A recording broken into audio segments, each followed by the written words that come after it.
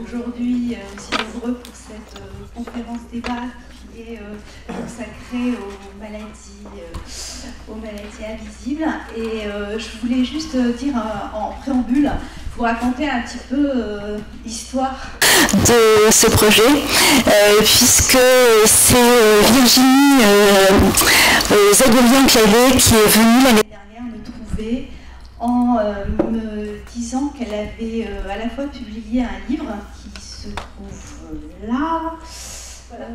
Donc elle a publié ce livre à compte d'auteur pour parler de sa maladie, donc la fibromyalgie, ce que vous voyez, ce que je ressens, et qu'elle avait également travaillé avec plusieurs artistes pour essayer de montrer ce que justement on ne voit pas quand elle est avec nous, ce qu'elle ressent elle. Donc elle a travaillé avec des photographes, avec également un sculpteur, avec des chorégraphes. Donc elle a fait un gros travail avec des artistes pour parler de cette maladie. Et donc elle souhaitait que nous puissions justement sensibiliser à la fois les soignants et les nouveaux soignants qui sont nos étudiants, qui sont en formation sur ces maladies qui sont, comme elle le dit, invisibles et donc il y a de plus en plus de personnes qui en souffrent. Donc voilà un petit peu l'idée. Donc à partir de là, on a présenté une exposition qui se trouve à la bibliothèque de santé et que je vous invite à visiter après. Donc on ira ensemble avec Virginie et avec les artistes qui sont là aussi, qui vous expliqueront leur démarche. Et ce sera clôturé après avec une petite collation sucrée après. Donc l'exposition est à la BU Santé pour une partie, puisqu'une autre partie de l'exposition se trouve à l'hôpital Saint-Luc-Saint-Joseph. Elle y est déjà depuis quelques temps, donc vous pouvez la visiter. Il y aura également une autre conférence qui aura lieu mardi prochain à 18h30 à l'hôpital Saint-Luc-Saint-Joseph et qui sera plus centrée sur le livre de Virginie. Voilà, je vais maintenant donner la parole à Nicolas Le Chopier qui a accepté, je l'en remercie, d'assurer la modération de cette conférence débat. Et puis voilà, donc après, pour ceux qui le pourront, on ira à la BU Santé après la conférence. Bien, bonjour, je serai très bref. Je vais être dans ce temps d'échange le gardien du temps et le distributeur de la parole. Donc je vais essayer de garantir ça.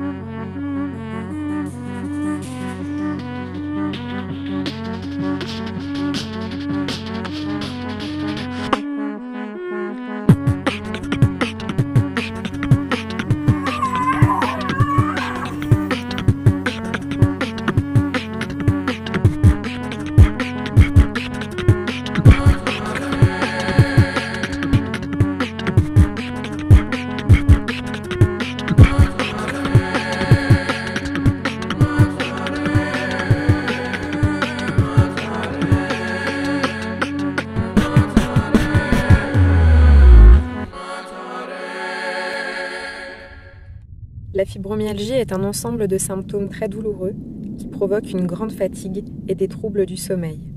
C'est une maladie invisible et invalidante. Aidez-nous à la faire connaître. Permettez aux malades d'être compris dans leurs difficultés. La maladie est invisible, ne le devenons pas.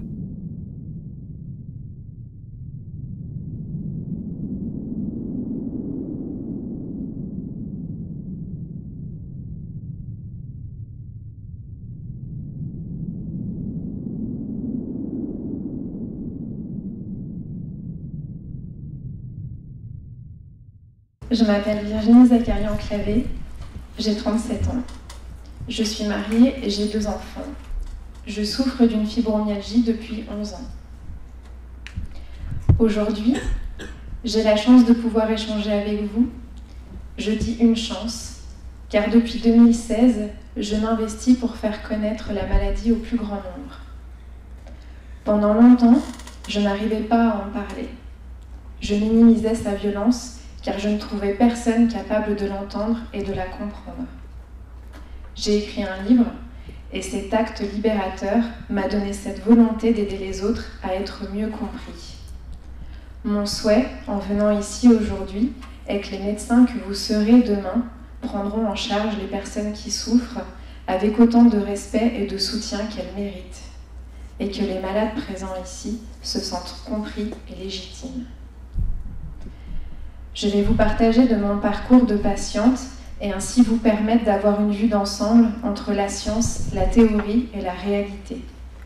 Et ainsi vous évoquer ce qui m'a le plus manqué dans ma prise en charge, qui est l'aspect humain dans la médecine d'aujourd'hui. Pour faire courte, j'ai une péricardite virale et j'ai commencé à ressentir au départ des douleurs atroces dans mon dos, mon bras gauche, mes cervicales. Puis ces douleurs se sont intensifiées, déplacées, et cela sans jamais s'arrêter, jusqu'à s'étendre à l'ensemble de mon corps. Tantôt des brûlures, des picotements, des tiraillements, des contractures, des coups de couteau. Ces sensations se déplaçaient en permanence et tapissaient mon corps jour et nuit. J'ai ressenti une intense fatigue, si bien que je n'ai jamais pu reprendre mon travail. J'ai même été contrainte au départ des symptômes de retourner vivre chez ma maman. Je ne répondais pas aux différents traitements de paracétamol, d'antidouleur, de morphine, puis de psychotropes. J'ai été hospitalisée, j'ai effectué des batteries d'examens, des prises de sang, des imageries, et cela pendant des mois. J'ai consulté des dizaines de spécialistes de différents domaines, et chacun restait démuni face à mes résultats, toujours bons et sans trace d'un problème quelconque. Souvent, par dépit, je pense, les médecins m'ont dit que cela venait sûrement de moi, que je cherchais à attirer l'attention et que cette situation m'apportait peut-être un certain confort. Comme si les résultats que ces médecins avaient sous les yeux avaient plus de valeur que mon ressenti, que ma souffrance et ma détresse. Leur manque de solution, de connaissances, révélait un problème qui venait forcément de moi, de ma psyché.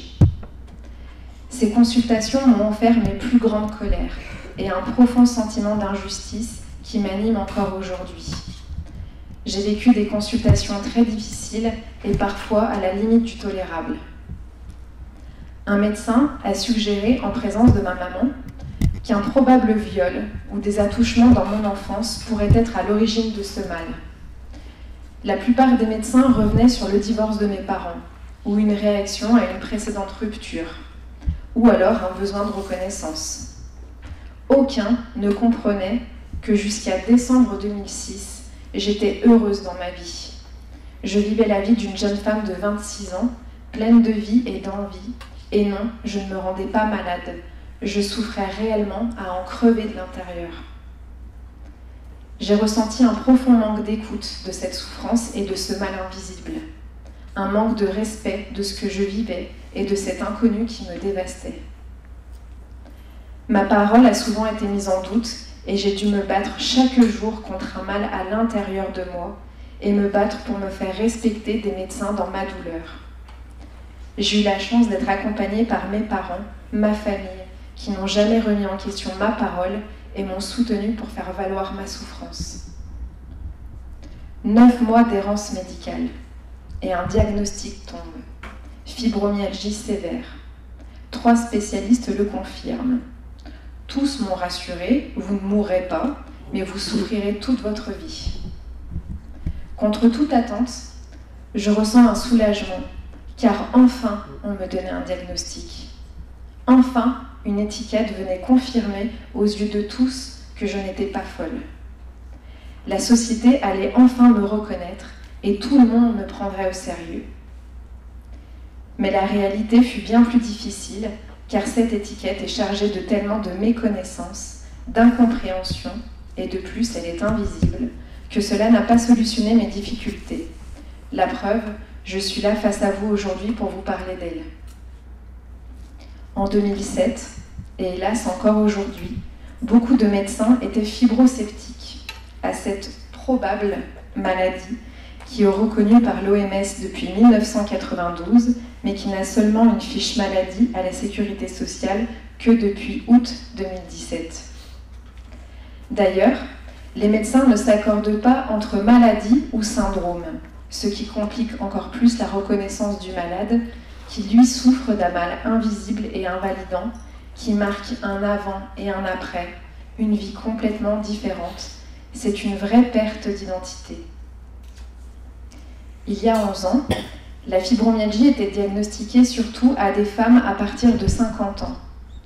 La maladie avait encore la mauvaise réputation d'être une maladie psychologique. Elle commençait à être prise en charge par des rhumatologues et aujourd'hui, elle est reconnue comme une maladie neurologique. Et pour calmer ce cerveau, des traitements chimiques sont prescrits aux malades. Dans ma prise en charge, cela a été catastrophique. Pour preuve, à ma sortie de maison de repos, voilà ma prise médicamenteuse journalière qui m'a été prescrite pour tenter de calmer mon cerveau. 100 gouttes de Laroxyl par jour. Contramal 50, 4 fois par jour. Contramal 100 matin et soir. Efferalgan 4 fois par jour. Imovan, Exomil et pour combler le tout, Forlax. J'ai été enfermée dans mon corps avec la douleur. En plus de tous mes symptômes, j'avais les effets secondaires des médicaments. Et les médecins jonglaient avec mes prescriptions. Changeaient les médicaments en m'enlevant des doses importantes et trop rapidement pour passer à une autre molécule. Cela m'a provoqué des moments de manque et de détresse intense. Je n'avais plus l'impression d'être un être humain, mais un rat de laboratoire. Si je suis là aujourd'hui, c'est pour vous partager que ce mal qui me ravage ne se calcule pas sur une échelle de la douleur. Cela ne se classe pas en cochant des cases. Je ne peux pas vous le faire comprendre, et pourtant, je le vis. Les troubles cognitifs associés à la fibromyalgie ne me permettent pas de trouver les mots, de verbaliser ce qui se passe dans mon corps, puisque la fatigue est tellement présente que tout est difficile. Et souvent, pour avancer chaque jour, je ne suis pas dans mon corps. Je suis au-delà, à la force de mon mental, à choisir mes activités selon mes possibilités pour continuer de vivre une vie plus juste et adaptée. Pour comprendre mon mal qui ne se voit pas, il vous faudrait le ressentir. C'est pour cela que l'exposition est née, pour faire ressentir aux gens, à travers leurs émotions, l'invisible de la maladie qu'ils ne peuvent percevoir. Car nous sommes tous différents dans notre ressenti émotionnel et physique. Et comme nous sommes différents dans la vie, nous le sommes dans la maladie. Même si des personnes portent l'étiquette fibromyalgie, la maladie n'a pas la même forme d'attaque.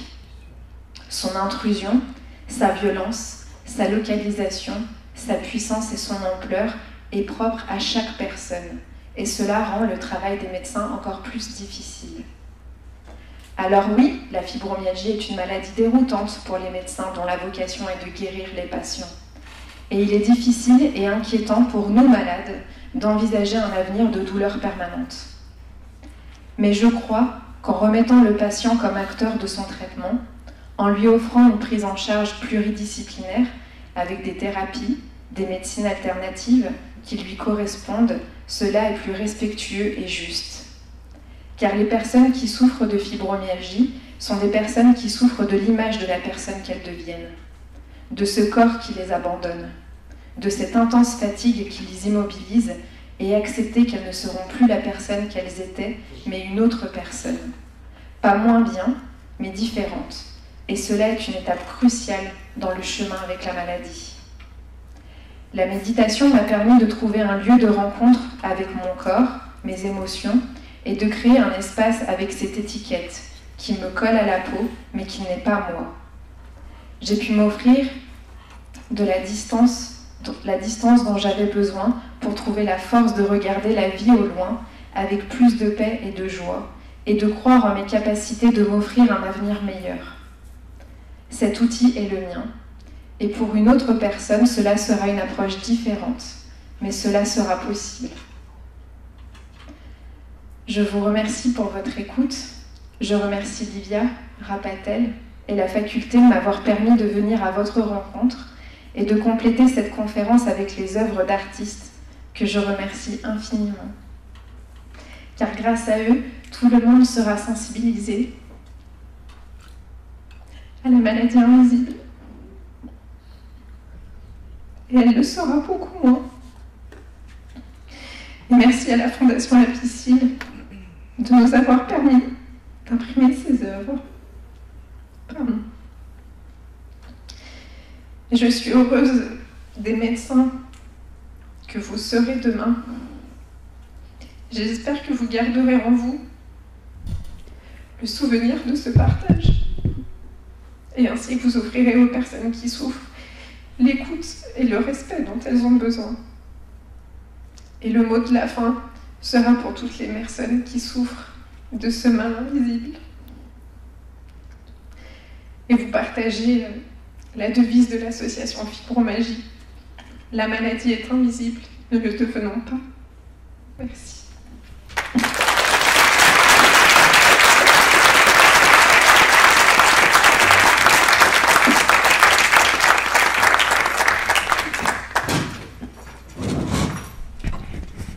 Merci pour cette prise de parole, ce témoignage touchant et important.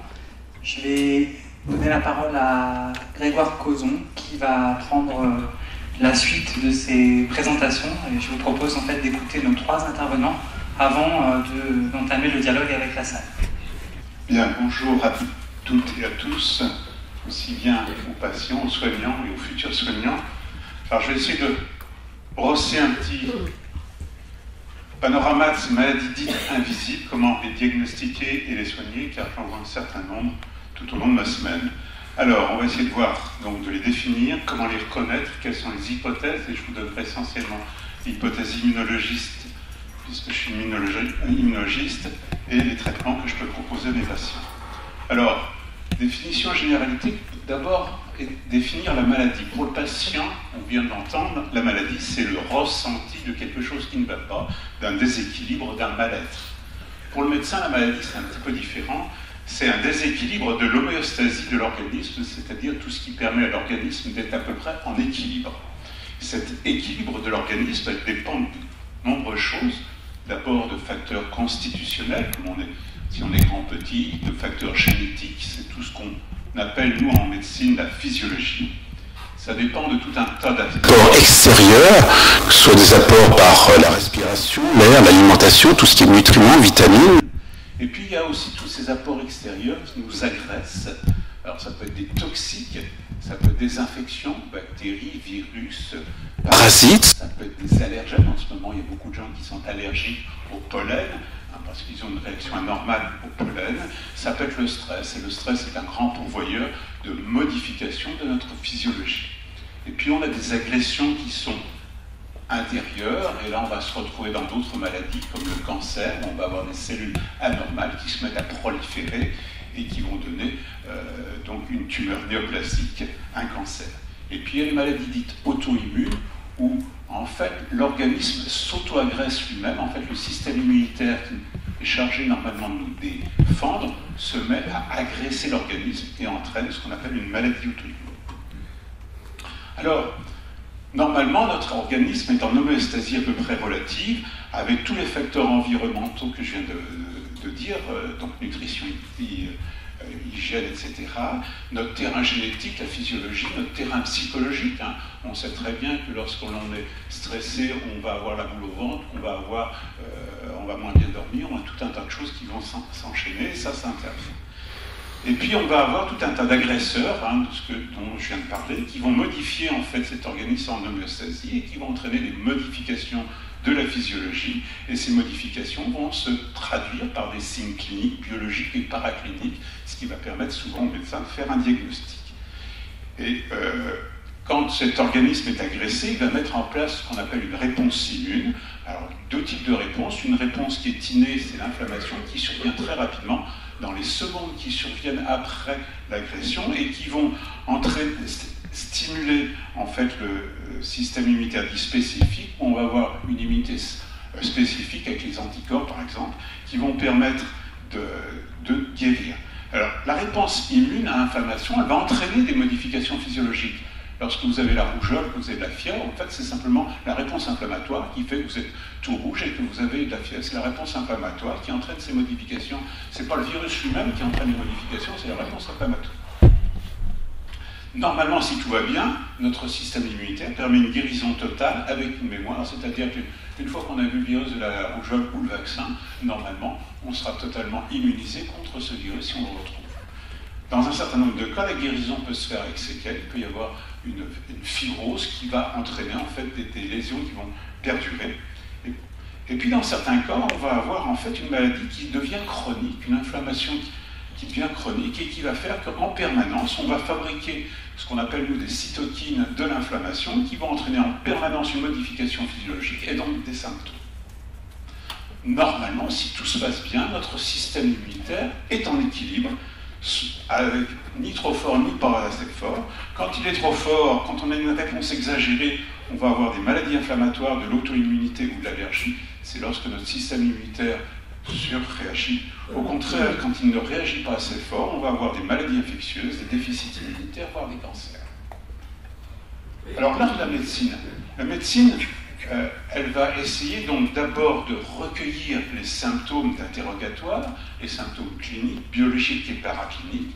On va essayer de regrouper tous ces symptômes en syndromes. On parle de syndrome, on en a parlé tout à l'heure, lorsqu'on n'a pas de cause exacte à la maladie, lorsqu'on n'a pas une hypothèse physiopathogénique particulière ou de maladie, lorsque l'on sait exactement à quoi ça correspond. Et donc à partir de ces symptômes, en général on va faire donc des hypothèses physiopathogéniques, c'est-à-dire qu'on va essayer de comprendre pourquoi la personne est malade, hein, c'est tous les mécanismes de la maladie que l'on étudie en médecine.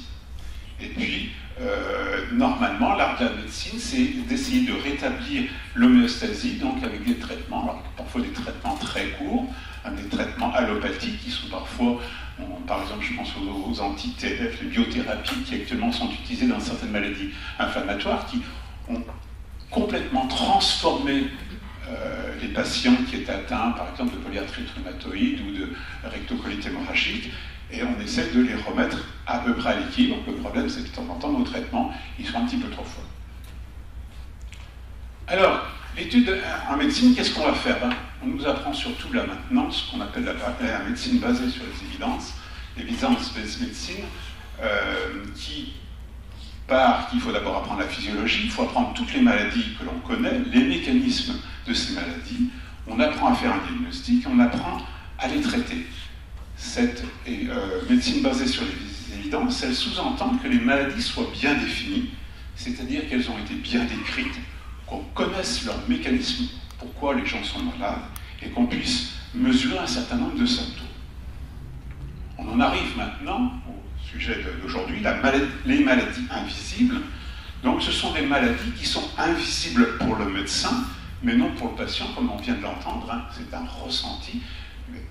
Alors le patient ressent un certain nombre de symptômes qu'il peut décrire, la fatigue, les douleurs, le malaise, les troubles digestifs, l'anxiété, hein, c'est des symptômes très subjectifs que malheureusement le médecin ne peut pas mesurer. Comme je dis à un patient, je n'ai pas de fatigomètre, je ne peux pas vous mesurer, je peux vous prendre votre tension avec un tensiomètre, mais le fatigomètre n'existe pas. On a des échelles d'évaluation de la douleur, mais qui sont très subjectives, ce ne sont pas des mesures scientifiques entre guillemets.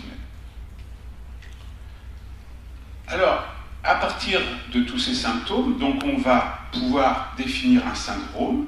C'est l'ensemble de symptômes qui sont fréquemment retrouvés de manière concomitante, hein, des gens qui se plaignent un peu tous de la même chose. Et par contre, l'examen clinique du patient, qui va l'examiner normalement correctement, ne montre pas de signes objectifs patents, c'est-à-dire qu'on n'a pas de trouble de l'attention, on n'a pas de souffle cardiaque, on n'a pas tout ce que l'on peut rechercher lorsqu'on fait un examen clinique. Il n'y a pas d'anomalie des réflexes, enfin tout ce que l'on recherche quand on fait un examen clinique normal. Et puis quand on demande un bilan biologique, même s'il est très important, on ne retrouve pas d'anomalie. Hein. Et dernière cerise sur le gâteau pour les patients qui sont là, c'est qu'on n'a pas d'hypothèse physiopathogénique clairement démontrée dans la littérature pour dire ben, oui, ça correspond à ça ou ça. Alors la conclusion du médecin, cette maladie ne fait pas partie du corpus des maladies apprises à la faculté, donc il s'agit de ce qu'on appelle parfois une pathologie dite fonctionnelle, c'est une fonction anormale. On parle de pathologie somatoforme, de pathologie psychosomatique, et comme on ne sait pas à quoi ça correspond, ça ne relève pas de la médecine traditionnelle allopathique. Conclusion générale, c'est tout dans la tête, allez voir le psychiatre. Alors le psychiatre qui est consulté, lui, il écoute le patient, il retrouve en général l'anxiété, et sur une bonne partie des patients, il va retrouver effectivement une sensibilité au stress, mais pas forcément une dépression massive. En général, les patients que je vois n'ont pas de dépression ou une tendance légèrement dépressive au bout d'un certain temps, ou une dépression secondaire, mais pas de dépression réelle, comme le définissent en fait les psychiatres. Alors j'aime bien cette phrase de Gandhi qui dit « c'est une erreur de croire nécessairement fausse qu'on ne comprend pas ». Je répète depuis un certain nombre d'années, chaque fois que je parle du syndrome de fatigue chronique ou de la fibromyalgie, et je pense que c'est un peu le problème. Hein. On ne comprend pas, donc ça n'existe pas. En fait, il y a peut-être des choses à voir. Alors revenons un petit peu à ce que dit la littérature. J'ai trouvé donc un papier qui remonte maintenant à 11 ans, du Lancet, une des plus grandes revues internationales, qui avait fait tout un article sur les syndromes fonctionnels somatiques et qui a listé tout un tas de pathologies pour lesquelles on va parler de syndrome fonctionnel somatique. Alors il y avait le syndrome de l'intestin irritable, il y a le syndrome de la fatigue chronique, il y a la fibromyalgie, il y a la sensibilité aux multiples, il y a les douleurs thoraciques, il y a les douleurs prémenstruelles, enfin il y a tout un tas qu'on a là-dessus et qui ont été décrits comme étant des syndromes, c'est-à-dire qu'on retrouve un certain nombre de symptômes qui sont retrouvés, mais sans qu'on puisse avoir une hypothèse physiopathogénique très précise.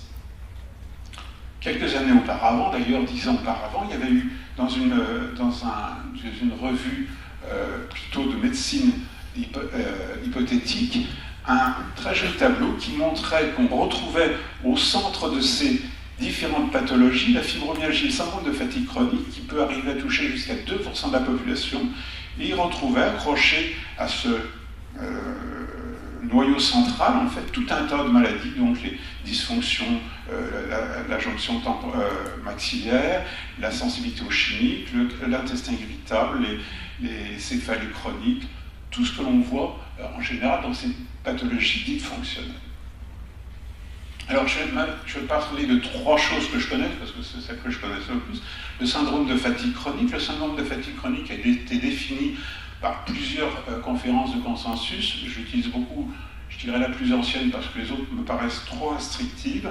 Cette définition date de 1994. Il y a 2 critères majeurs. C'est une fatigue chronique, c'est un épuisement qui dure depuis plus de 6 mois, qui n'a aucune cause à cette fatigue. Hein, c'est un diagnostic d'exclusion, ça c'est les 2 critères majeurs. Et puis on va avoir des petits critères mineurs, il y en a 8, hein, qui vont être des troubles neurocognitifs, soit la mémoire, l'irritabilité, différents troubles neurocognitifs, des pharyngites ou des angines à répétition, des maux de gorge, des ganglions au niveau du cou ou axillaire, parfois même inguinaux pour certains patients, des douleurs musculaires, des douleurs articulaires, des céphalées qui sont nouvelles ou plus intenses chez des gens qui avaient été parfois migraineux mais qui vont augmenter leur céphalée, un sommeil qui est non réparateur, ils dorment, mais le matin ils se réveillent, c'est comme s'ils n'avaient pas fait la nuit, ils sont encore plus fatigués le matin alors qu'ils ont dormi leurs 10-12 heures, et le matin ils sont toujours fatigués, et lorsqu'ils font un effort minime, comme tout à l'heure ce que l'on a vu,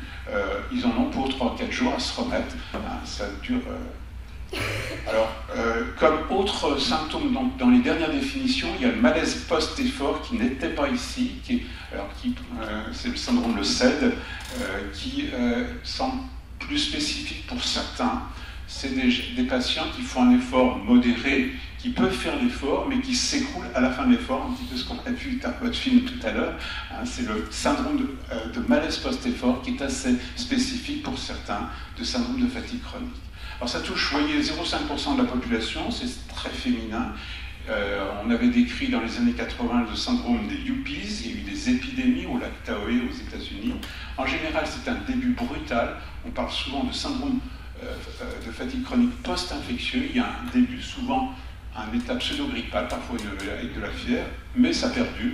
À un moment donné, on a parlé de la mononucléose infectieuse. Il y a un syndrome parfois mononucléosique, mais qui au bout de 3 mois est toujours présent et qui, 5 ans plus tard, est toujours présent. Le bilan est normal, les conclusions, c'est psychosomatique. Alors fibromyalgie, c'est des douleurs là aussi chroniques depuis plus de 3 mois. Douleurs avec des points précis qu'on va rechercher, et des points qui sont d'une sensibilité, c'est-à-dire qu'on n'appuie pas comme un sourd, mais très, très légèrement. Une fatigabilité, des troubles du sommeil, un côlon irritable, des maux de tête, une dépression, et ça touche 1 à 2% de la population. Là, c'est le dessin d'une de mes patientes pour dire où est-ce qu'elle avait mal. Vous voyez, c'est un petit peu partout. Le troisième syndrome important, c'est le syndrome de l'intestin irritable, avec des critères, donc dit de Rome 2, 3, 4 maintenant. Donc c'est des douleurs d'une gêne abdominale avec des troubles du transit intestinal. Je vais passer très rapidement. Ces symptômes sont très intriqués les uns dans les autres. Celui qui est le plus fréquent, c'est le syndrome du côlon irritable, c'est 7% de la population. La fatigue, c'est 0,5%. La fibromyalgie, c'est à peu près 2%. Ils sont souvent intriqués. Donc on avait fait une étude en 2006-2009 sur les patients. Vous êtes peut-être rentré dedans parce que je crois que vous êtes passé dans ma consultation. Donc on avait étudié plus de 700 patients. Et on avait regardé entre les critères mineurs du syndrome de fatigue chronique et la fibromyalgie. Il y a une très bonne corrélation entre les points douloureux, le nombre de points douloureux, sauf quelques patients ici, vous voyez, qui n'ont pas tous les critères pour être en syndrome de fatigue chronique, mais qui ont une douleur très intense. Il y a une très bonne corrélation aussi avec le score intestinal et les points de fibromyalgie, mais aussi avec le nombre de critères mineurs. Et on a une bonne corrélation aussi entre le score intestinal et un critère donc d'un questionnaire de dépression qui s'appelle le questionnaire de Beck, qui normalement, pour avoir une dépression sévère, c'est supérieur à 20. Donc la majorité des patients ne sont pas dépressifs, mais il y a quand même une petite tendance. Plus on est atteint, plus on a des chances d'être dépressif partiellement. Et puis quand on avait regardé la réaction lymphocytaire de ces 700 patients, on s'aperçoit qu'ils réagissent beaucoup plus que les témoins qui sont ici, soit au Candida albicans, soit au staphylocoque doré, qui sont des petits bestioles qu'on a tous soit dans le nez, soit dans l'intestin. En fait, on se pose la question, comment ça se passe? Est-ce que ce sont les douleurs, la fatigue qui entraînent la dépression, qui entraînent des troubles digestifs, qui entraînent une inflammation? Est-ce que c'est pas plutôt dans l'autre sens que ça se passe? En fait, très vraisemblablement, ça se passe dans tous les sens. On a des relations dans toutes ces symptômes. Alors l'hypothèse immunologique, alors qui est un peu compliquée, c'est que les patients que je vois ont trop de lymphocytes T qui réagissent ici soit au Candida, soit au staphylocoque. Et comme quand il y a un virus, ça leur fait produire ce qu'on appelle de l'interféron, la substance qui donne en fait un syndrome grippal, avec des courbatures, une fatigue comme si on avait grippe 365 jours par an. Ça active des enzymes, peu importe. Ça fait produire 2 substances ici en rouge qui vont agir sur des filtres, les récepteurs NMDA, qui filtrent normalement toutes nos sensations. On a tous un peu d'arthrose, un peu de tendinite, mais normalement c'est filtré avant que ça remonte au cerveau. Sauf que là, avec ces 2 substances, tout passe. Je dis c'est souvent comme une sono qui est tournée au maximum. J'ai beau chuchoter dans le micro, ça hurle dans les oreilles des patients. Alors, ce qui se passe aussi, c'est que le tryptophane est dégradé. Le tryptophane, c'est un acide aminé qui est indispensable pour faire 2 choses, la sérotonine et la mélatonine. Moins de sérotonine, c'est plus de douleur, d'anxiété, de dépression. Moins de mélatonine, c'est le trouble du sommeil. Et on va se retrouver dans un cercle vicieux parce que les gens vont être très sensibles au stress. Dès qu'il va y avoir du stress, ça va stimuler, ça va modifier leur flore intestinale. J'en suis arrivé à 2 schémas. Ce premier schéma où on aperçoit donc le côlon irritable qui est au milieu avec la dysbiose, c'est-à-dire le déséquilibre des flores intestinales, qui stimule les lymphocytes qui produisent des cytokines qui vont être responsables de douleurs, de fatigue, de troubles neurocognitifs, de troubles du sommeil, d'anxiété, de dépression, qui elle-même va être capable de renvoyer la balle, j'allais dire, à l'intestin pour accélérer la dysbiose. Et donc on se retrouve dans un système à 3 grands systèmes interdépendants, le système nerveux central, le système digestif et le système immunitaire, qui se parlent par les cytokines, par les neuromédiateurs, par le microbiote. Et lorsqu'on va rentrer dans ce cercle vicieux, eh bien, on peut y rentrer par un excès, par une sensibilité au stress, par une dysbiose, par un excès d'interférons. Et tout ce qui va nous faire rentrer, que ce soit la fatigue, du stress, du burn-out, un syndrome grippal, peut nous faire rentrer. Ça peut être une stimulation du système digestif, une infection simplement, une gastroentérite banale, une maladie inflammatoire à l'intestin. Ça peut être une stimulation du système immunitaire, une infection, une vaccination. Et tout ça va nous faire rentrer dans le cercle vicieux et on va tourner en cercle. Et ça va se traduire en fait. Alors, dans certains cas, quand c'est la dépression, l'anxiété qui prend le dessus, c'est anxiété-dépression. Quand c'est les troubles digestifs, on va se retrouver dans les maladies inflammatoires de l'intestin. Lorsque c'est les cytokines, on va avoir les maladies inflammatoires ou les maladies auto-immunes. Et puis, un peu juste à côté, on va avoir toutes ces maladies somatoformes pour lesquelles on n'arrive pas à mesurer quelque chose sur le plan biologique, mais où les patients ressentent quelque chose qui est lié en fait à cette entrée dans le cercle vicieux dont je viens de parler. Alors les bases du traitement, je crois que je vais aller très vite parce que tu veux me couper. Alors, il va falloir traiter le système digestif, le système immunitaire, le système central. C'est-à-dire que, comme on a dit tout à l'heure, c'est multifactoriel et donc un traitement qui doit prendre en compte à la fois le ventre, le système immunitaire et aussi la sensibilité au stress. Et là, on va avoir un certain nombre de choses qui sont importantes. Règle diététique, les gens qui me connaissent savent qu'il y a 3 choses. Éviter d'apporter des levures vivantes, éviter de nourrir les levures qui sont déjà présentes chez les patients et qui leur donnent des envies de sucre, par exemple, alors que le sucre va les entretenir en plus, ou le blé, et puis apporter des bonnes bactéries, les probiotiques, les vrais probiotiques, pour moi les lactobacilles, les bifidobactéries. Les antifongiques naturels de préférence, doucement au début, comme je dis toujours, parce que si on tue trop brutalement les levures au début, on va augmenter les symptômes, c'est ce qu'on appelle la réaction d'Alzheimer. Alors j'utilise beaucoup les extraits de pépins de pamplemousse, mais on peut utiliser d'autres choses comme l'aloe vera, le lapin chaud, ou certains antifongiques comme la fungizone qu'on utilise, mais qui en général au début, si on y va trop fort, va casser complètement les patients, donc on y va très doucement avec ce traitement allopathique au début. L'immunomodulation, alors il y a eu un vaccin qui a été sorti il y a quelques années qui avait montré des résultats dans la fibromyalgie, malheureusement il n'existe plus, donc on va passer rapidement.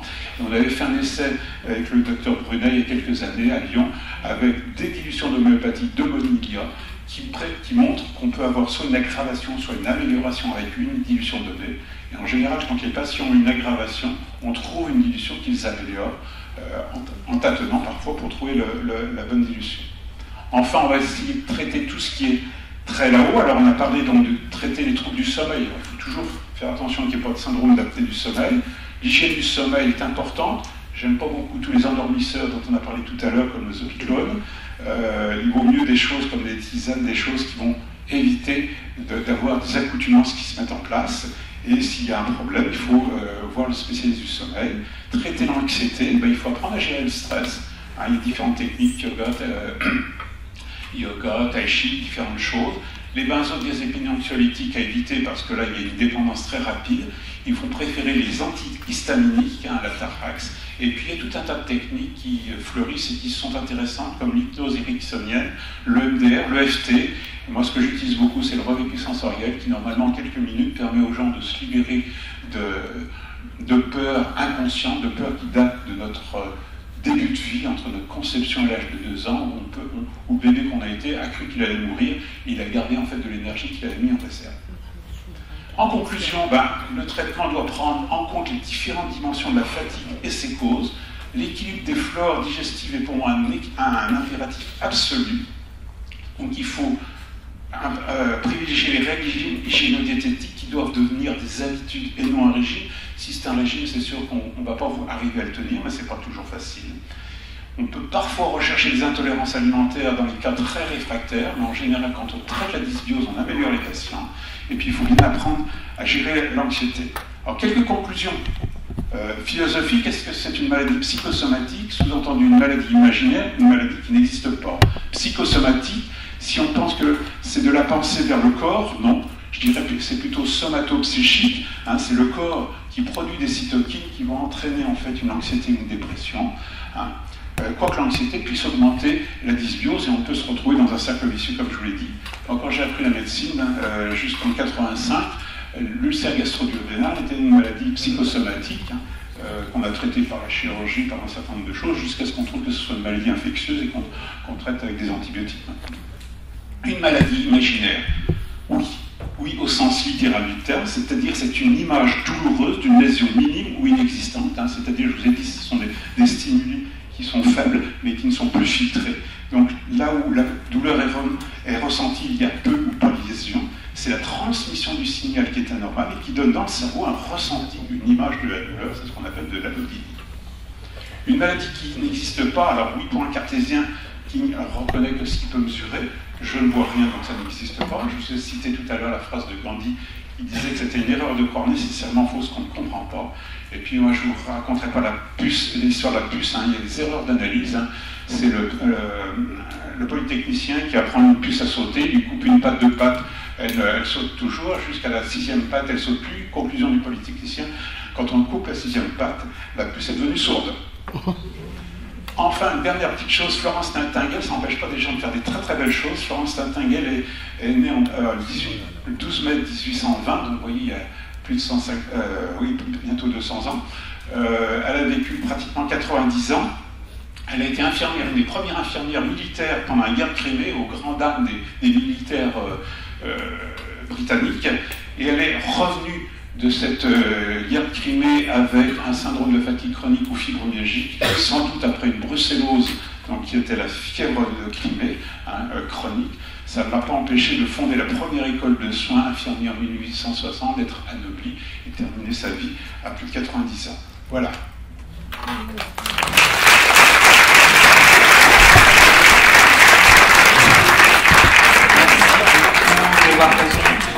D'avoir tenu le temps, c'est moi qui l'ai pressé, du coup c'est allé très vite. J'espère qu'on pourra peut-être revenir sur des éléments à la suite. Je voudrais demander au professeur Garcia Larrea de venir directement prendre la suite. Alors cette première partie est dense, on pourra dans la suite de la discussion échanger.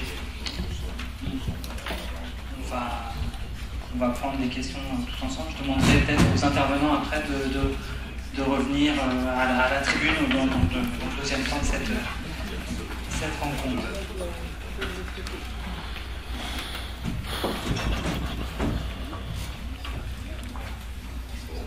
C'est par là. Bonjour à tous et à toutes. Mon rôle n'est pas du tout de vous parler de fibromyalgie. Mais mon rôle est, d'après ce qu'on m'a expliqué, de faire un peu le point sur ce symptôme invisible qu'on appelle douleur. Et donc, comme j'ai... Voilà. Comme j'ai 20 minutes, je vais passer les 10 premières et je serai contrôlé par mon collègue à droite. Ce 10 premiers pour vous donner une petite histoire des idées sur la douleur. Depuis les Grecs jusqu'à chez nous, et puis la deuxième 10 minutes, pour montrer un peu ce qu'on peut faire pour démasquer ce symptôme invisible, qui n'est pas le seul symptôme invisible qui existe. Vous avez tous eu des symptômes invisibles quand on a un vertige qui ne tombe pas. Qui sait que vous avez un vertige? Le vertige est invisible, c'est vous qui le sentez. Mais si je vous dis qu'aujourd'hui j'ai très mal à l'épaule, bon, vous me croyez, c'est vrai, j'ai mal à l'épaule, mais bon, c'est complètement invisible. Tout symptôme interne, tout symptôme somesthésique notamment, est invisible. Et il est tellement invisible que nos amis les Grecs le considéraient non pas comme une sensation, la douleur, le considéraient comme une passion de l'âme. Vous voyez que dans les 5 sens d'Aristote, il n'y a pas de douleur. Il y a le tact, il n'y a pas de douleur. Parce que pour lui, ce n'était pas une sensation. C'était une émotion, une passion de l'âme.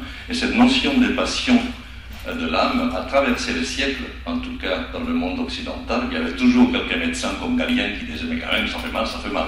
Mais en général c'était considéré comme quelque chose de profondément émotionnel. Et pour Spinoza, qui est quelqu'un de très respectable, elle était la plus médiocre de toutes les passions, la douleur. Donc on ne l'aime pas.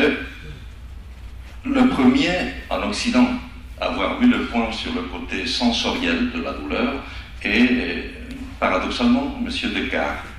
Et je dis paradoxalement parce que M. Descartes est toujours attaqué comme le prêtre du dualisme, dualisme cerveau, psyché, etc. Alors que lui, c'est le premier qui a écrit dans un traité qui aussi, paradoxalement, s'appelait Les passions de l'âme, traité des passions de l'âme, mais il a écrit qu'il est aisé de concevoir que, pour lui en bas, que les sons, les odeurs, les saveurs, la chaleur, la douleur, comme la faim et la soif, doivent exciter aussi quelques nerfs qui arrivent au cerveau.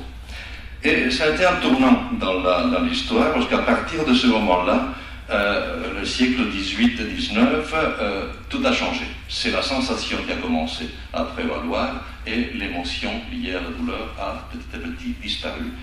Et donc les questions qui vont se poser, le champ de bataille des physiologistes, ce n'était pas du tout des questions émotionnelles. Les vraies questions, c'est est-ce que la douleur est une sensation spécifique? Est-ce qu'on a des voies, des canaux qui montent au cerveau spécifiquement faits pour la douleur? Ou, comme disait M. Goldscheider, la douleur reflète une simple stimulation excessive de n'importe quelle situation. Il disait, si vous avez un son très fort, il vous fera mal. Si vous avez une lumière trop forte, elle vous fera mal. Ils se sont battus comme ça pendant des années. Ils ont inventé même des machines comme celle de Thunberg, que vous connaissez peut-être, où vous mettez à côté de l'eau tiède, qui ne fait pas mal, et de l'eau un peu fraîche, qui ne fait pas mal, mais si vous les faites passer ensemble et vous les appliquez sur la main, ça fait extrêmement mal, alors qu'aucune des deux sensations par elle-même ne devrait le faire. Voilà, c'est comme ça que les choses avançaient, et un gros coup de massue est arrivé vers la fin du 19e, lorsqu'on a découvert que, oui, effectivement, il y avait des voies qui conduisaient la douleur, pas uniquement la douleur, aussi la température et une partie du tact, etc., mais qui étaient relativement spécifiques. Alors, ce que vous voyez ici, pour ceux qui ne sont pas dans le monde médical, je ne peux pas... Oui, je peux pas. Ça, c'est une moelle épinière. Et la moelle épinière, la partie a été coupée comme ça, c'est comme une sorte de papillon. La partie postérieure est en haut et la partie inférieure représente la partie de devant. Et bien, quand vous avez une lésion là, en plein milieu, vous perdez la sensation de douleur et de température du côté opposé du corps, mais vous gardez toutes les autres sensations somatiques, la sensation de position de vos doigts, le tact, vous prenez quelque chose et vous savez si c'est un crayon ou si c'est une gomme, mais par contre, on vous pique, on vous donne avec un marteau, et là, vous n'avez pas mal. Découvrir ça a été encore une poussée vers la physiologie, tout sensation, parce que du coup, on découvrait qu'on avait toute une machinerie physiologique qui semblait être créée par la mère nature ou par le bon Dieu, en fonction des croyances, mais que pour avoir mal. Et donc, on oubliait, on cherchait la sélectivité des fibres, on cherchait tout ça, la passion était tombée totalement en jachère. Et paradoxalement, c'est la physiologie qui a fait revenir le côté émotionnel et psychique de la douleur, mais d'abord, elle a cédé le rôle principal. Il y a un bouquin écrit dans les années 50, très important, qui a influencé des générations de médecine, qui s'appelait Pain, Sensation and Reaction, donc des sensations et des réactions à la douleur, qui disait non, il y a un côté émotionnel de la douleur, une passion, mais c'est une réaction à la sensorialité. C'est-à-dire que vous avez mal sensoriellement et ensuite vous avez tout un cortège des sensations déplaisantes, émotionnelles qui sont. Ce n'est que, regardez, c'est vraiment très tard. On était, en tout cas moi j'étais vraiment né à ce moment-là, j'étais encore un gamin, mais beaucoup d'entre vous ne l'étaient pas. Lorsque ce bouquin, qui est un bouquin fondamental dans l'histoire de la douleur, et de Melzack et Kayser, a établi et a essayé de persuader la communauté scientifique et médicale que la douleur était tout à la fois. Que la douleur n'était pas une sensation, que la douleur n'était pas une émotion ou une cognition. La douleur était une expérience qu'on ne pouvait pas expliquer sans concevoir tout à la fois.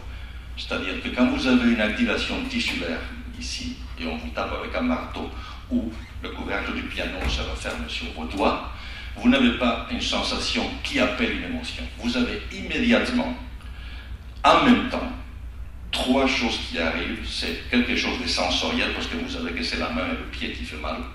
Quelque chose d'affectif, d'émotionnel, une sensation végétative qui augmente, si c'est quelqu'un qui est en train de vous penser l'envie de vous taper dessus, et une cognition qui vous dit si vous connaissez déjà cette douleur, si elle est nouvelle, si elle vous rappelle quelque chose.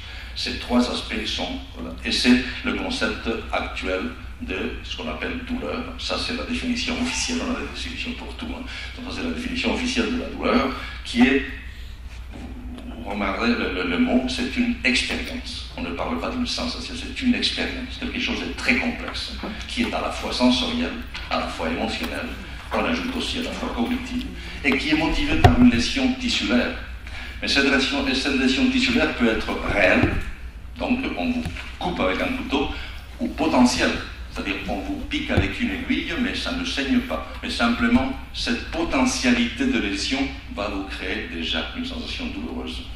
Et en tout cas, même quand il n'y a pas de lésion, vous décrivez toujours ça comme s'il y avait une lésion. Un patient diabétique qui a très mal au pied, il n'y a pas de lésion, mais il va vous dire ça brûle. C'est toujours décrit comme s'il y avait une lésion tissulaire, on le vit comme ça.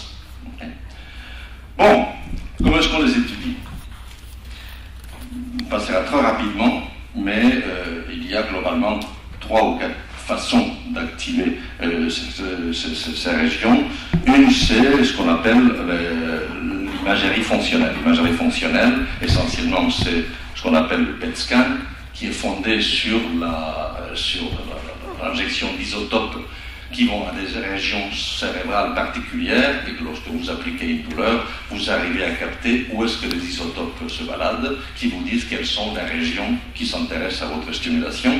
Ça peut se faire sans isotope avec la résonance magnétique fonctionnelle, ce que vous voyez ici, qui est fondée sur le rapport entre hémoglobine oxygénée et non oxygénée dans le cerveau. Ça vous permet d'avoir des images qui sont très belles, qui sortent dans les journaux et qui donnent la fausse impression d'avoir capturé ce qui se passe dans le cerveau. Bon, c'est utile, mais c'est très statique. Il y a des façons d'aborder les choses d'une façon plus dynamique, c'est avec l'électrophysiologie. L'électrophysiologie consiste à regarder ce qui se passe, non pas en termes de modification de débit sanguin, mais en des modifications d'électricité générée par le cerveau. Et vous pouvez le faire via ce qu'on appelle l'électroencéphalogramme, que vous connaissez tous, qui est en haut, ou bien le magnétoencéphalogramme, qui, selon la loi de Faraday, permet de transformer ou d'utiliser et de capter des champs magnétiques qui sont associés à des champs électriques. Ça va beaucoup plus vite, ça a un peu moins de précision. Et la précision maximale que l'on utilise pour étudier le cheminement de stimulation qui ont vocation à être douloureuses dans le cerveau, c'est l'électrophysiologie intracrânienne. C'est-à-dire lorsque vous avez la chance de pouvoir enregistrer ce qui se passe dans le cerveau avec des électrodes qui sont dans le cerveau. Et ça a permis dans les dernières 10-15 années d'apprendre énormément de choses que je vais essayer de vous raconter maintenant. On a appris, et je passe dans la deuxième partie, on a appris 3 choses rapidement. D'abord, qu'il n'y a pas de centre de la douleur. Il ne faut même pas imaginer qu'il y a un endroit dans le cerveau qui s'occupe des douleurs et pas d'autre chose. Il y a quelque chose de très très très dispersé. Beaucoup de régions, ces régions ne s'activent pas tout à la fois, et ces régions n'ont pas la même signification fonctionnelle. On va faire les choses rapides. Quand vous voyez ça, c'est ce qu'on appelle la pain matrix, la matrice douleur. La matrice douleur, c'est l'ensemble des régions qui ont tendance à s'activer dans notre cerveau, celui d'un cerveau normal, lorsqu'on nous applique une douleur expérimentale. Vous voyez qu'elles sont très très très dispersées. Il y a une porte d'entrée, ou plutôt 2 ou 3 portes d'entrée qui sont simultanées. Lorsque le message réceptif arrive, quand il monte par les voies, vous avez vu qui étaient à peu près spécifiques, il va arriver simultanément à 3 endroits, je vous en montre 2, le 3e viendra après. D'abord, c'est des régions sensorielles. Il va arriver essentiellement de la partie postérieure de l'insula. Mais en même temps, il va arriver vers des régions qui s'occupent des contrôles moteurs. C'est-à-dire que vous allez avoir en même temps, simultané, c'est pas séquentiel, une intégration sensorielle, c'est-à-dire un chemin pour percevoir quelque chose qui se passe, et une intégration motrice, c'est-à-dire enlever la main, ou la laisser si vous souhaitez garder cette main-là. Ce qui ne montre pas cette diapo, c'est qu'il y a une troisième activation qui va directement à un noyau petit qui s'appelle l'amygdale, pas les amygdales ici, mais l'amygdale cérébraleuse, l'amygdale qui est juste à côté de l'hippocampe, et qui est une région qu'on appelle limbique et qui s'occupe essentiellement de vous faire peur, ou de vous faire vouloir aller quelque part, ou de vous faire sentir une aversion vers quelque part. Donc cette amygdale, qui est purement émotionnelle, va recevoir l'information somesthésique exactement en même temps que les régions sensorielles et que les régions motrices. De tout ça, une de ces régions qui est très importante s'appelle l'insula. L'insula, vous ne la voyez pas sur un cerveau parce qu'elle est cachée. Il faut séparer le lobe pariétal, le lobe temporal, comme ça, et au fond, il y a un lobe qu'on appelle l'insula, qui s'appelle l'île. Insula veut dire île en latin. Et dans cette insula, voilà, si on resecte le cerveau, il ressemble à ça. Voilà à quoi elle ressemble quand on le voit sur une IRM. Voilà, c'est tout ça. Hein, c'est l'insula. Et bien la partie postérieure de cette insula, elle reçoit donc cette partie ici, quand vous la voyez en sagittal, c'est la seule région du cerveau, la seule et unique région du cerveau qui peut vous générer une sensation douloureuse lorsqu'on la stimule. Le cerveau, il fait pas mal. On peut appliquer de l'électricité au cerveau, vous n'aurez jamais mal, sauf si c'est appliqué là.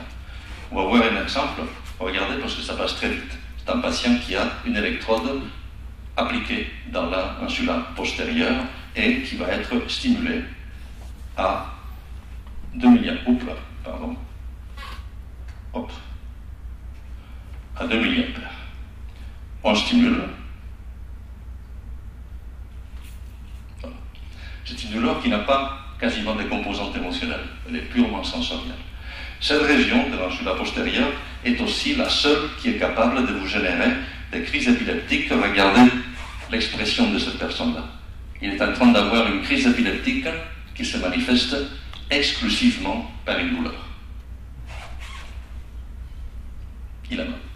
Il a été considéré comme totoche ou plus ou moins simulateur pendant des années, jusqu'à découvrir qu'il avait une épilepsie liée à une petite lésion dans l'insula postérieure. Alors, pourquoi tout ce baratin?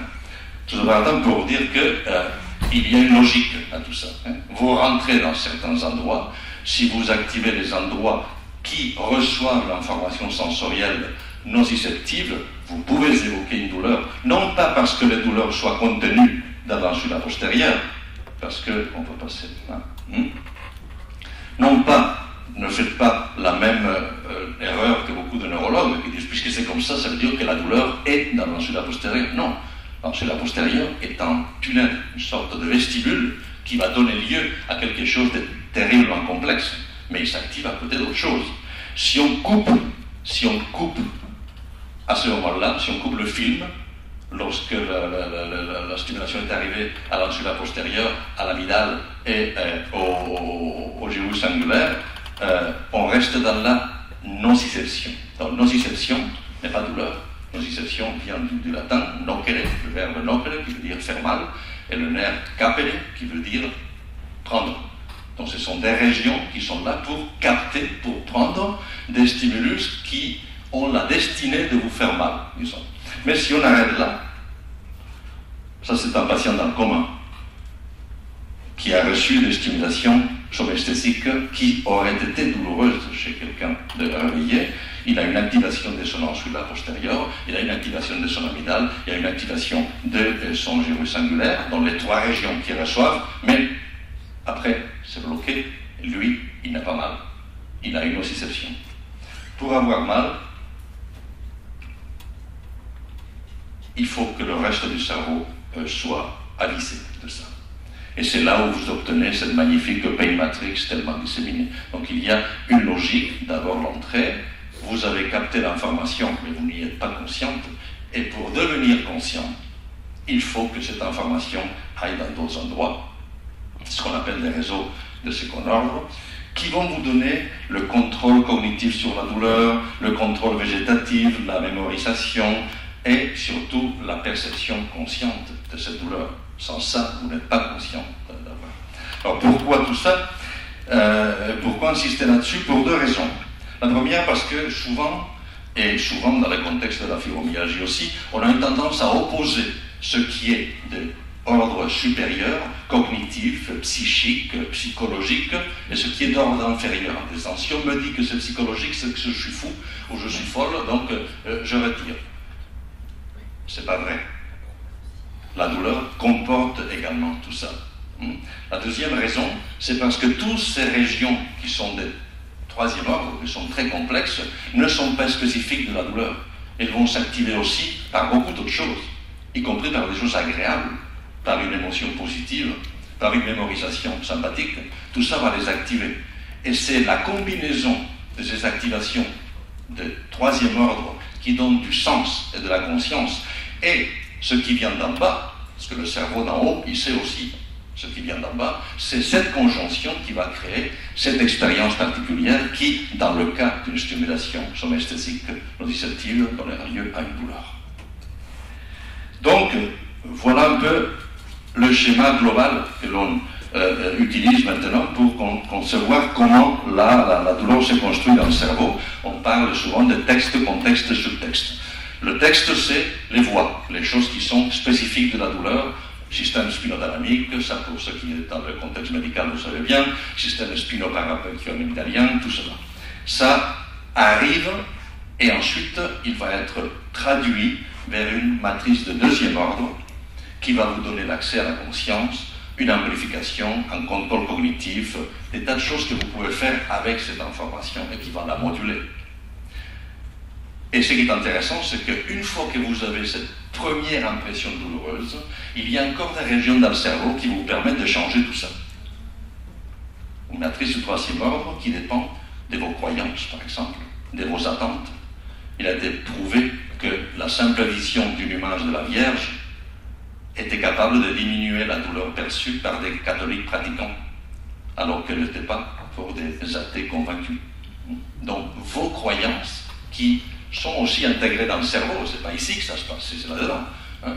Mais ces croyances-là peuvent, par des phénomènes descendants, modifier comment vous allez interpréter le message qui monte. Le cerveau est très puissant, ne croyez pas, ne le fiez pas. Le subtexte, c'est un tout petit peu, on l'appelle subtexte, c'est du jargon des journalistes. Le subtexte, c'est ce qui fait que quelque chose ne dit pas exactement le même texte que son contexte. Je parle comme un pied aujourd'hui. Mais vous vous souvenez de Droopy, ce cartoon qui était un chien et qui vous disait avec une tête de martyr, « You know, I'm happy ». Bon, c'est ça le subtexte. Eh bien, le cerveau a la capacité de faire ce subtexte. C'est-à-dire qu'il peut reprendre quelque chose qui a la vocation à devenir X et puis tout, le changer à Y. Il ne faut pas oublier ça parce que c'est aussi utile lorsqu'on traite des patients et lorsqu'on discute avec eux. Parce que entre les deux, entre le médecin et le patient, si on pousse dans le même sens, on peut changer ce subtexte. Et donc, à la fin de tout ça, ce que vous avez, c'est une mémoire de la douleur. Et la mémoire de la douleur est importante parce que c'est le résultat de la convolution de ces trois niveaux et ce qui va rester. Parce que ce qui va rester chez vous, c'est ce dont vous vous souvenez. Non pas ce qui s'est passé en réalité. Personne ne sait ce qui s'est passé en réalité, c'est déjà passé. Mais on a une gravure dedans, et c'est ça qui fait notre vie. Et donc, on peut modifier la mémoire, et si on arrive à modifier la mémoire de la douleur, on est en train de moduler et modifier la douleur elle-même. Alors, combien de temps j'ai? 2 minutes. Une. Donc, à 1 minute, vous allez voir 25 diapos. Simplement, je vais vous montrer très rapidement ce passage, parce que c'est important que vous sachiez que l'on peut faire des choses pour démasquer ce symptôme invisible et pour le traiter. Tout d'abord, cette dichotomie. Vous savez bien que la douleur, par défaut, est plutôt une amie et non pas une ennemie. Les patients qui ont une insensibilité congénitale à la douleur ont une espérance de vie qui est limitée, parce qu'ils ne se rendent pas compte des choses qui peuvent être dangereuses. Donc là, Ce dont on parle, c'est de la douleur chronique, qui, elle, devient une maladie.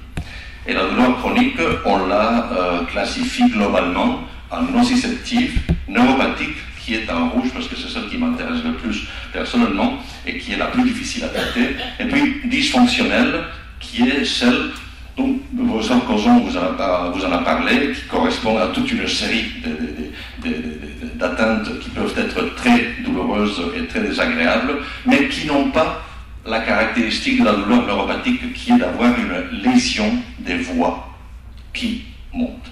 Donc, on a maintenant, en 2018, une série de critères que le médecin utilise pour essayer de classer ces douleurs dans un coin ou dans un autre. Et essentiellement, ce qu'il essaie de faire, c'est de savoir si la douleur a ou non une altération de système nerveux qui la conduise. Alors, pour faire ceci, on a besoin de marqueurs. Et on sait que le marqueur purement d'image ne sont pas très très puissants. Ce monsieur a une balle dans le cou. Et vous voyez la balle? Voilà. Il n'a pas mal du tout. Il a eu la sensation d'avoir, il disait, comme si on m'avait tapé sur la tête avec une balle de cricket. Et ensuite, il a ça. Et l'image, si on revient à des choses un tout petit peu plus médicales, là vous avez 3 patients de chaque côté avec de chaque côté exactement la même lésion. Tout en haut, vous avez une lésion thalamique. J'espère que vous voyez le petit trou dans le thalamus. Après, vous avez une lésion dans la partie latérale du bulbe. Et ensuite, vous avez une syringomyélie. Ces 3 lésions sont capables de donner des douleurs horribles. Les patients se suicident pour ces douleurs-là. Mais en regardant la lésion, vous ne pouvez pas dire qui a mal ou non. Il se trouve que 3 de ces patients ne souffrent pas du tout. Et les 3 autres, ils souffrent le martyre. Donc il faut chercher ce qu'on appelle des témoins ou des marqueurs fonctionnels. Le mot fonctionnel n'a rien de péjoratif. Il cherche la fonction. Et on a, ça ce sont des fonctions, des témoins fonctionnels électrophysiologiques. Il y en a plein. Il y a des témoins fonctionnels d'imagerie fonctionnelle, PET scan, IRMF, etc. On ne va pas rentrer dans le détail, simplement sachez qu'avec ce type d'éléments qui est parfaitement utilisé maintenant dans tous les CHU et beaucoup d'hôpitaux non universitaires, on peut traquer les voies de la douleur. On peut traquer en général en utilisant une combinaison de 4 éléments qui sont des réponses corticales, ce que votre cerveau dit lorsque vous avez mal, lorsqu'on vous applique une douleur, une cotation subjective, c'est-à-dire ce que vous dites vous. Parfois c'est différent de ce que votre cerveau est en train de raconter. On peut chercher ce qu'on appelle des réponses cutanées sympathiques, et ça c'est ce que votre corps dit. Votre corps, c'est-à-dire votre cœur, ou votre transpiration, ou votre stomac dit de la douleur. Et puis, ce que vous dites volontairement quand vous levez les doigts en disant « Ah oui, là je sens que ça fait mal ». En combinant ces 4 choses, vous arrivez, là vous avez passé des choses rapidement, ça c'est la signe que l'on utilise, vous arrivez à détecter des lésions après thoracotomie ou des lésions après hernieographie qui sont considérées très souvent comme des simulations des patients, mais que l'on peut traiter très bien, de lésions centrales, et vous arrivez même à pouvoir prédire la probabilité qu'un patient qui a une lésion donnée puisse développer une douleur plus tard. Dans le cas des douleurs thalamiques, par exemple, la combinaison de la lésion précise dans le thalamus et des potentiels évoqués à la stimulation par laser vous permet de classer avec presque 90% des valeurs prédictives positives ces patients qui sont à risque de développer une douleur.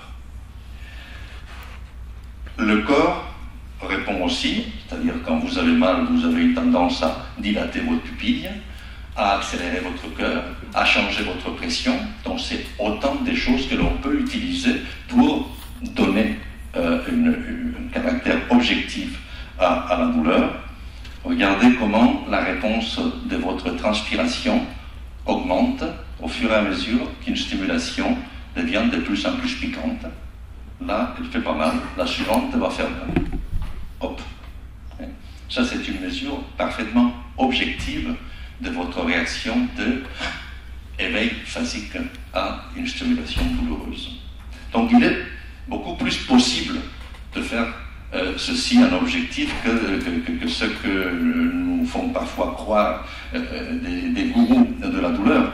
On peut aussi donner raison à des patients, et nous passons la plupart du temps en train de donner raison à des patients contre des collègues, comme par exemple ici, en montrant que là où une dame dit « Non, j'ai très mal ici, c'est comme une espèce de pièce, ancienne pièce de 5 francs, et je ne sens pas bien quand on me touche, qu'on me dit. » Bon.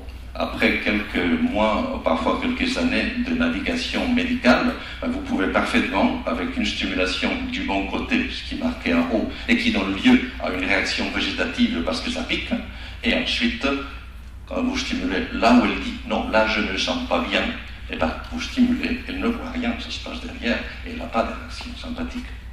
Donc tout ça c'est possible. Et là, il va falloir que je coupe, mais je ne veux pas couper avant de vous montrer la stimulation corticale.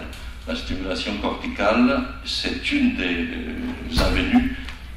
Je pensais que M. Grosson allait en parler, parce qu'elle est utilisée pour modifier, non pas la façon dont la douleur est intégrée vers le haut, mais pour moduler comment le cerveau, ce deuxième et troisième modèle, sont capables de la bloquer. Et le plus...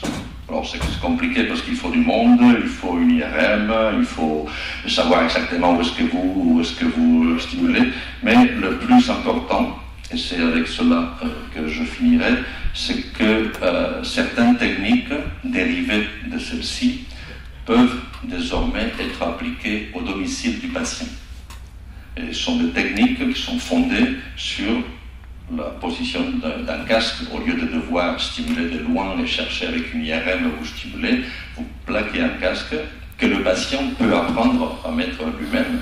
Et lorsqu'il est répondant, pas tous les patients sont répondants bien entendu, mais lorsqu'il est répondant, il vous permet d'avoir des connexions entre l'hôpital, si j'arrive à voir ça, voilà, entre l'hôpital et son domicile, via des serveurs qui sont délocalisés, via un code qu'elle va rentrer sur Internet, et par la suite avoir des stimulations qui durent longtemps, et qui peuvent vous permettre d'avoir pendant quelques mois des améliorations qui ne sont pas liées au blocage de la douleur qui monte, mais qui sont liées plutôt au blocage de la façon dont ce cerveau interprète la douleur. Donc voilà, ça a été un peu long et complexe, mais j'espère qu'il y a quelques idées.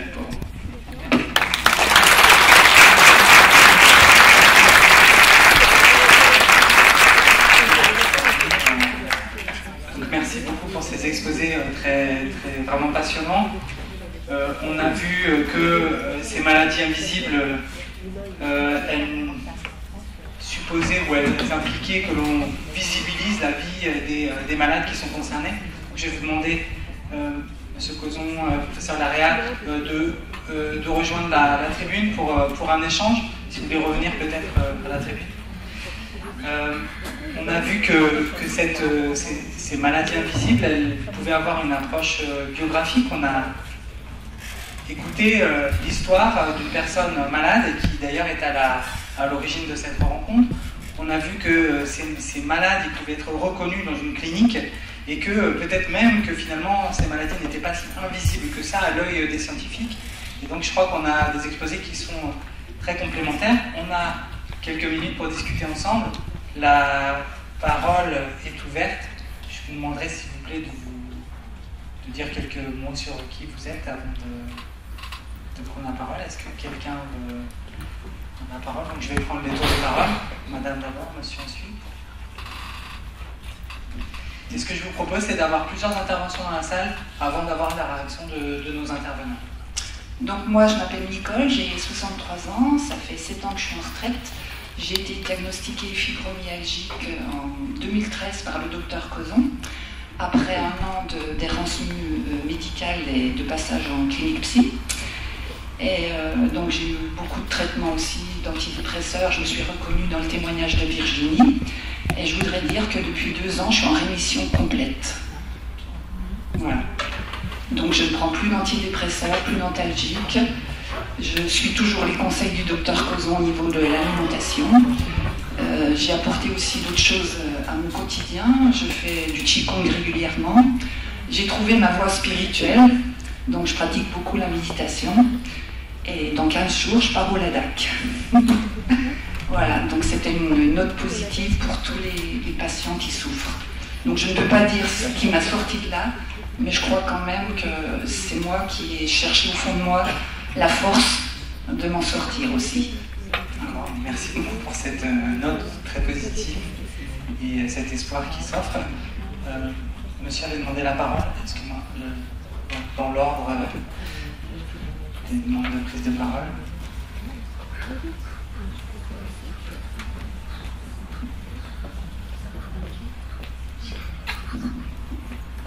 Bonjour, je m'appelle Walt Morey. Quelques-uns de vous me connaissent déjà, mais depuis 2013, j'ai fait une, disons, très petite étude, puisque c'est toujours moi qui le fais. Je suis depuis 50 ans ingénieur. Je viens à ceci d'une autre façon. Pour moi, c'est ce qui marche qui m'intéresse. Et je cherche à trouver comment ça marche mieux. Et depuis 2013, disons depuis 2000, je suis devenu masseur aux États-Unis avec une certification nationale aux États-Unis. Et j'ai trouvé que je pouvais réduire la douleur dans les personnes assez normales, disons, même les personnes qui souffraient des douleurs chroniques. Et j'ai cru en ce temps que les fibromyalgiques étaient inguérissables. Je ne le crois plus. Mais c'est pas facile. Comme on dit, tous ces personnes qui ont fait du travail, c'est beaucoup de travail. Mais ce que je fais, c'est une chose qui manque, c'est une façon de massage qui est. C'est important avec le massage. Beaucoup ont dit le massage aide et beaucoup ont dit le massage le fait pire. Et c'est la façon de le faire qui fait la différence. D'accord. Merci beaucoup pour votre témoignage il y a des pistes de traitement. On a vu 17 personnes depuis 2013, dont 8 ont réduit jusqu'à moins que 40 sur le QIF, donc Dr Cozon sait. Mais il y a des autres choses, 5 ont parti sans remplir le formulaire, disons. Donc encore une note positive, le Qigong, la méditation, le massage est effectué d'une certaine façon, donc on a des pistes de traitement. Je pourrais donner la parole à madame qui l'a demandé, et après ces 3 premières prises de parole, je donnerai la parole à nos intervenants pour des réactions ponctuelles et rapides, s'il vous plaît. Je m'appelle Dominique de Job, j'ai 55 ans, je souffre aussi de fibromyalgie depuis 20 ans peut-être. Moi, ce que je voulais dire, c'est que ce qui prend toute l'énergie, c'est justement de chercher, de croire chaque fois, et finalement de se dire, ben, j'ai cru, mais c'était pas vrai. Donc ça emmène à quelque chose de très souffrant, parce qu'on se dit, enfin en tout cas moi, mais c'est mon expérience qu'on ne trouvera jamais. Et pourtant j'ai cette fibromyalgie depuis 20 ans qui s'aggrave, on va dire, et je cherche, je suis là, donc j'y crois toujours encore, mais n'empêche que je pense qu'il y a une sorte aussi de déprime qui n'arrange rien, qui est mêlée au fait de se dire de toute façon je ne trouverai jamais. Donc docteur Cozon, je veux un rendez-vous, c'est pas une question. Et puis la question qui me semblait importante de poser parce que je ne comprends pas, on parle de syndrome de fatigue chronique et on parle de la fibromyalgie. Ce ne sont pas ces deux syndromes différents ou pas? Parce que moi j'ai l'impression que j'ai la fibromyalgie, mais aussi le syndrome de chronique de fatigue chronique. Donc c'est la même chose, c'est pas la même chose. On a l'autre, on a les deux ensemble. En fait, voilà, je comprends pas bien. Merci Dominique pour votre témoignage et votre question. Donc il y a deux choses. Il y a l'errance médicale qui est en elle-même désespérante et fatigante, et puis il y a la question de la superposition peut-être de syndromes différents. Je ne sais pas, Virginie, est-ce que vous voulez réagir par rapport à ce qui a été dit, par rapport aux notes d'espoir et aux questions autour de l'errance ou des diagnostics? Je voudrais juste souligner que l'intervention des différentes personnes a démontré l'aspect que nous sommes tous uniques et que certains peuvent répondre par exemple à une certaine prise en charge ou la méditation vous a aidé, une pratique qui est la vôtre, et une toute autre personne peut réagir à d'autres choses. Et je pense que l'investigation dans laquelle se lance chaque malade à essayer de comprendre, c'est humain. Que chaque personne qui souffre de fibromyalgie ou de toute autre maladie a besoin de savoir pourquoi, qu'est-ce qu'il a fait ou mal fait, ou d'où ça peut venir, parce que je pense que c'est une réaction qui est typiquement humaine et que ça nous permet d'avancer aussi et d'essayer de comprendre comment on peut se sortir de ça. J'ai eu ce parcours-là aussi moi pendant des années, et là où j'ai pu commencer à avancer, c'est quand j'ai plus pu me poser cette question finalement. Et qu'à partir de ce moment-là, je me suis dit, bon bah voilà, il y a ça, mais ça ne me définit pas, et qui je suis, et qu'est-ce que je fais maintenant. Et c'est justement en préparant cette conférence, j'ai travaillé là-dessus, où longtemps je disais que la maladie c'était les étapes du deuil. Et j'ai pu lire justement une étude qui a été faite là-dessus. On peut parler de ça quand c'est pour une maladie plus difficile, on va dire, ou des douleurs qui sont aiguës, mais pas pour une douleur chronique. Et ce que j'ai aimé, c'est quand on disait que c'est pas l'acceptation, c'est l'approbation. Parce que l'acceptation, on est dans une position où on ne bouge pas, et l'approbation, on se met en mouvement, on décide d'aller se connecter à ce qui nous fait avancer, à se lancer des défis, à être dans la vie. Et je crois que si aujourd'hui je suis là, c'est parce qu'arrive un moment, je me suis dit, la fibromyalgie, c'est ce que je vis, et pour me remettre dans la vie, c'est que je vais expliquer ce que je vis. Et à partir de ce moment-là, ça a changé. Donc pour répondre à ça, à ce que vous disiez tout à l'heure, c'était ça. Mais vraiment, voilà, souligner qu'il y a des personnes qui vont être soulagées par des massages et d'autres non. Par exemple, moi, je ne supporte pas l'eau. C'est un élément qui me fait énormément souffrir. Il y a d'autres personnes qui sont soulagées par ça. Donc voilà, c'est vraiment ça qu'il faut mettre en avant. En tant qu'on est unique dans la vie, on est unique dans la maladie. Et il faut partager tout ce qui nous fait du bien et accepter le fait que pour d'autres, c'est possible et pour nous, non. Mais toujours partir en quête de ce qui est possible pour nous. Je vais peut-être prendre la dernière question dans un premier temps. Fibromyalgie ou syndrome de fatigue chronique. Après, c'est des définitions de syndrome et par qui c'est vu. Essentiellement, les rhumatologues verront plutôt des fibromyalgiques, les internistes plutôt des fatigues chroniques. C'est à mon sens la même maladie avec, comme je vous ai montré tout à l'heure, une très bonne corrélation entre les critères mineurs du syndrome de fatigue chronique et le nombre de points douloureux du syndrome de la fibromyalgie. Donc pour moi, c'est la même chose, c'est la même cause. Pour moi, c'est une réaction lymphocytaire anormale, c'est notre système immunitaire qui surréagit à des choses qu'on a tous, soit du candida albicans, soit du staphylocoque, et qui va, chez certains, va se faire plutôt sur le mode très douloureux, et sur d'autres, sur le mode plus de fatigue. Après, ça dépend, on l'a vu aussi, je dirais, de tout un contexte personnel. Je dis souvent, dans la fibromyalgie, il y a beaucoup plus de colère intérieure que dans la fatigue chronique. Ma secrétaire fait presque le diagnostic au téléphone, mais on est souvent entre les deux eaux. Moi, je parle plutôt d'encéphalopathie myalgique pour parler de syndrome de fatigue chronique, où on retrouve le terme de myalgie, de douleur musculaire, mais qui ne sont pas aussi précises que dans la vraie fibromyalgie. La vraie fibromyalgie, c'est un point où on fait mal en appuyant blanchiment de l'ongle, c'est-à-dire c'est une pression très faible. Je peux faire mal à tout le monde si j'appuie un petit peu fort sur les points de fibromyalgie. C'est des points de sensibilité. Simplement, la fibromyalgie ne supportera pas une très très faible pression. C'est la différence. Donc, alors après, pour les traitements, je crois qu'effectivement, on le voit bien, il y a plusieurs traitements, il n'y a pas qu'un seul traitement, et chaque patient devient son meilleur médecin. C'est ce que je dis toujours, c'est vous votre meilleur docteur, c'est pour moi. Moi, je vais vous montrer éventuellement, il y a des gens qui seront améliorés par la chaleur et 5% par le froid. Il y en a qui font de la cryothérapie et qui s'en trouvent bien. la méditation ou d'autres techniques neurocognitives permettent effectivement d'améliorer cette sensibilité au stress, de travailler sûrement sur le cortex qui synthétise un petit peu toutes ces informations qui ont.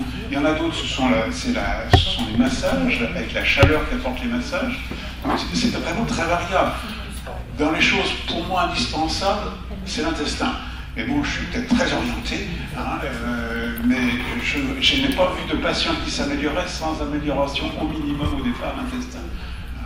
Ils rechutent malheureusement chaque fois que leurs levures reprennent le dessus, leur demande de manger du sucre, et à ce moment-là, en général, c'est le cercle vicieux qui arrive. Merci, je ne peux que souscrire tout ce que M. Cozon vient de dire.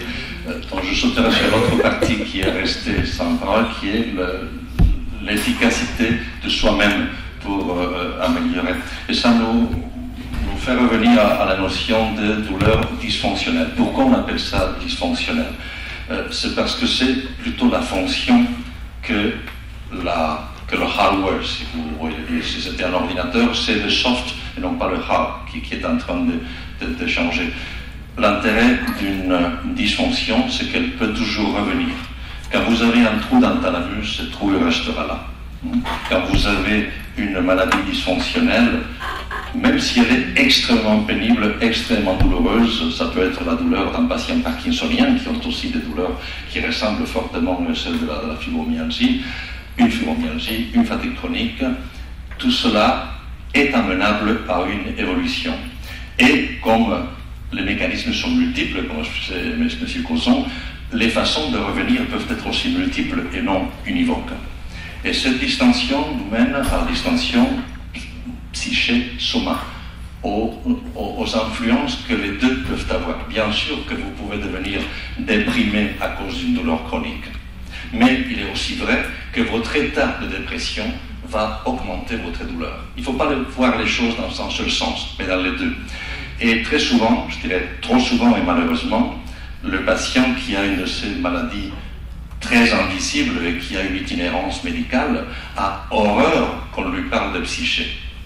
Il faut aller vraiment, le médecin doit rentrer avec la super pointe de pied pour ne pas évoquer quelque chose qui est les 3 lettres maudites PSY, parce que dès que vous dites psy quelque chose, là vous êtes fautif, vous croyez que c'est dans la tête, vous croyez que c'est pas vrai, vous croyez qu'il est en train de vous dire voilà, que vous êtes fou, que vous êtes folle. Mais non, dire ce n'est pas là, ça se passe tout là-dedans. Mais la douleur est aussi ça. Et de la même façon que le soma influence la psyché influence le soma. Qui d'entre vous n'a pas toussé dans son théâtre quand quelqu'un se met à tousser? N'essayez pas maintenant.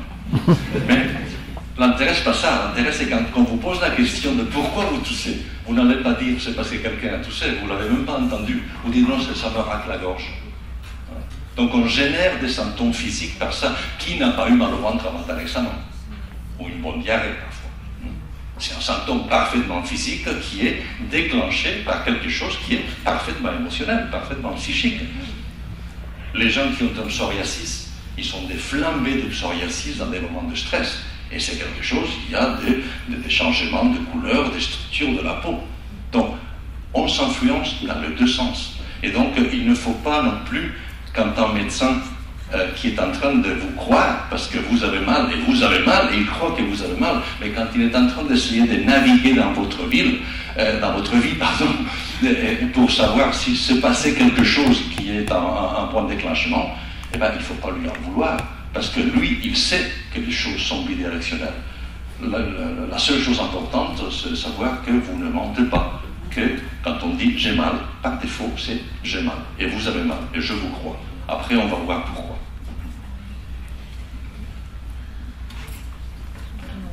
Je vous propose, puisque l'heure de la fin de cette rencontre est arrivée, de poursuivre les discussions autour de l'exposition. Moi, je retiendrai vraiment quelque chose de cette rencontre. C'est la diversité. Alors, je crois qu'il y a une diversité publique ici. Je reconnais des étudiants en médecine. Il y a des patients, des patientes. Il y a des soignants, il y a des proches. Il y a des thérapeutes. On a vu aussi une diversité d'approches de ces maladies invisibles.